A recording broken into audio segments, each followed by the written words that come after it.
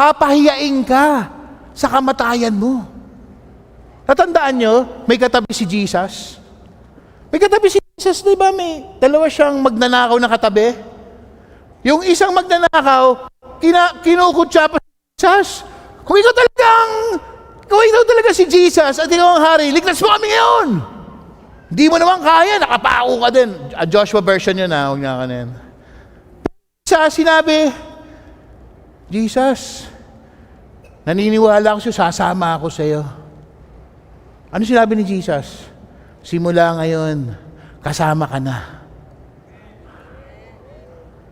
Pero itong magnanakaw na to, hindi naman nag-water baptism. Hindi naman nag-power filled. Wala naman nag-care group sa kanya. Hindi siya nag-4 books. Anong ginawa niya? Naniwala na siya ang magliligtas sa katawan. Yun lang ang kailangan. Maniwala ka hanggang sa huli.